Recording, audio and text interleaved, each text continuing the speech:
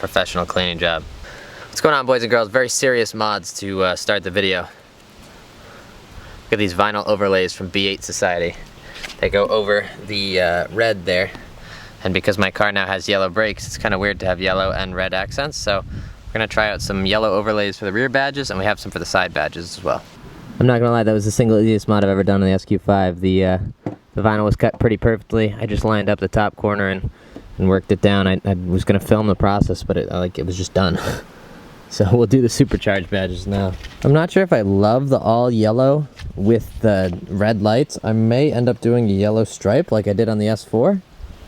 But we'll see. I'm gonna keep it like this for a little bit, and if it ends up not working well, then we'll figure it out. But by the way, if you didn't know, the SQ5 has these yellow brakes, so it kind of ties in here, the yellow on the back. Yeah, I mean, it's literally that easy. You just line up this part right here, and then the rest just lays down. Yeah, check him out. I mean, he'll do these in any color. He just sent me this set, but they're not expensive. Check him out. I'll put the link in the description. Nice touch. We have another high skill level mod that should only be attempted by professionals. This is a Euro switch that will replace that one. I accidentally bought the auto one. I bought this really quick. eBay for the win. This one also has front fogs and rear fogs, so you can pull it out twice, but we don't have rear fogs on this car. So maybe when we get Golf R tails, we'll have them, but yeah, this is very high skill level. What you're gonna do, you're gonna push this in between the two settings. Oh, no you're not.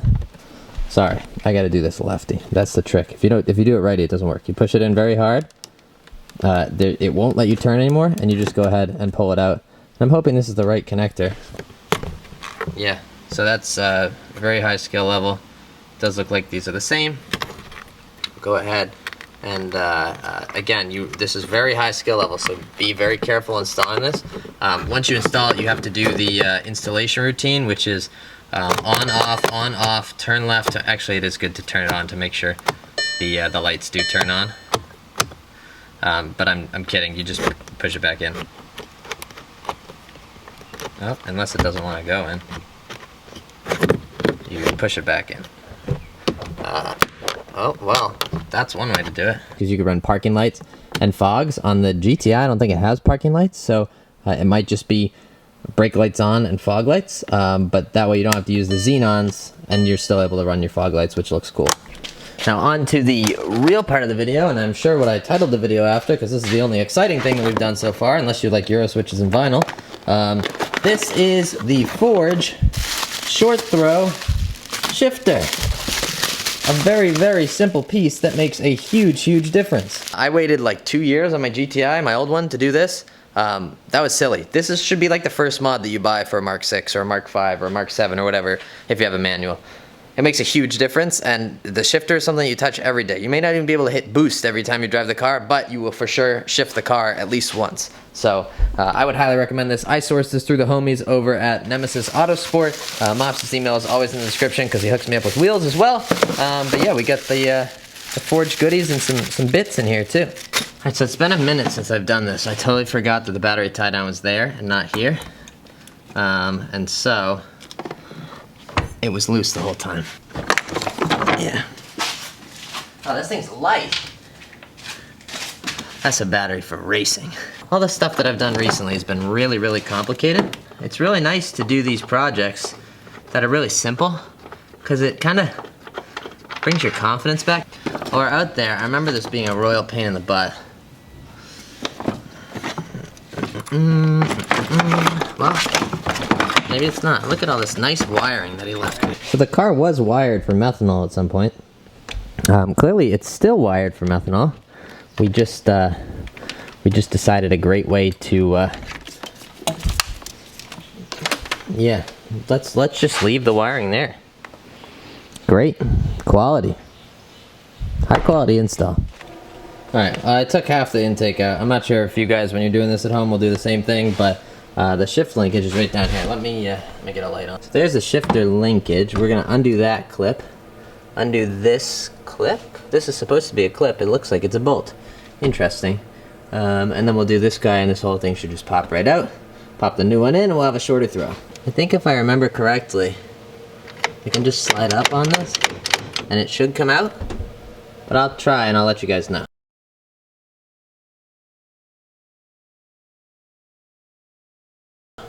Assembly on this new guy is super easy. There's a nut on the back.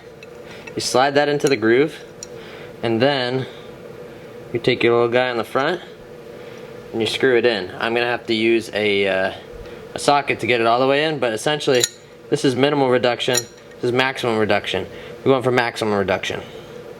There is a bunch more hardware included in the kit, but we're only doing the front to back. We're not doing the side to side reduction because I feel like that'll make me miss gears. Same thing that I had on my GTI. So I'll just go ahead and tighten this down and then we'll get it installed. First, second, third, first, second, third, fourth, fifth, sixth. So the shifter feels much notchier. Obviously the throw is much shorter. It feels way better. Like it was too light before. So, if you want to see a full review on the short shifter, I actually gave my thoughts about 3 years ago. If you want to see some vintage Eli in the Mark V, I'll put a card up in the top corner. But I'm going to take it around the block, even though I have no charge pipe on the car right now. If you missed the last video, that'll explain why. The charge pipe is supposed to be here actually momentarily. But I also haven't driven this car in a week, so hopefully it starts. Hope I didn't mess anything up with taking the battery out. I don't think I did. Yeah, we're in business, baby. I just tested every gear. It feels shorter than I remember my GTI feeling. Never mind that I was in 6th gear doing like 20 miles an hour, but I wanted to make sure I had every gear. So if I speed up here,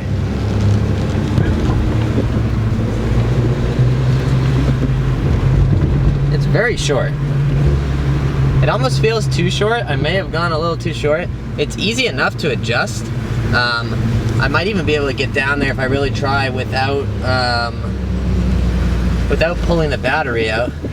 But I mean, the shifter feels way better. You actually know when you're in gear and when you're not now.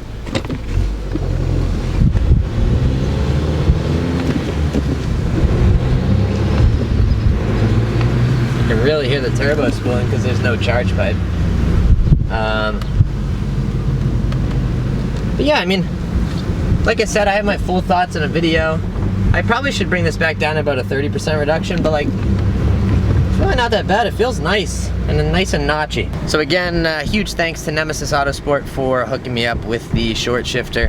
I would highly recommend getting a short shifter for yourself. Just park on all these oil marks right here. I'd highly recommend getting a short shifter for yourself. Definitely feels good. And again, the shifter is one of the touch points that you touch every time you drive the car. So if you guys enjoyed this video, I hope it wasn't too short. My original plan was to put the 21s from the SQ5 on the GTI today. And I went to try that, and the diameter of the SQ5 wheel is literally larger than the GTI wheel well. So I knew it was going to look funky, and I was going to try to get a laugh out of it. They don't even fit. Anyway, I hope you guys enjoyed this video. As always, thank you guys for watching. Go out there and spread some positivity, and I will catch you guys in the next video.